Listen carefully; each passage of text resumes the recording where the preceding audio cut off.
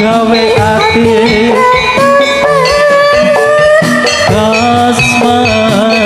olahe kaya wong edan kasmaran lenggah jejer kadya mantenan moga-moga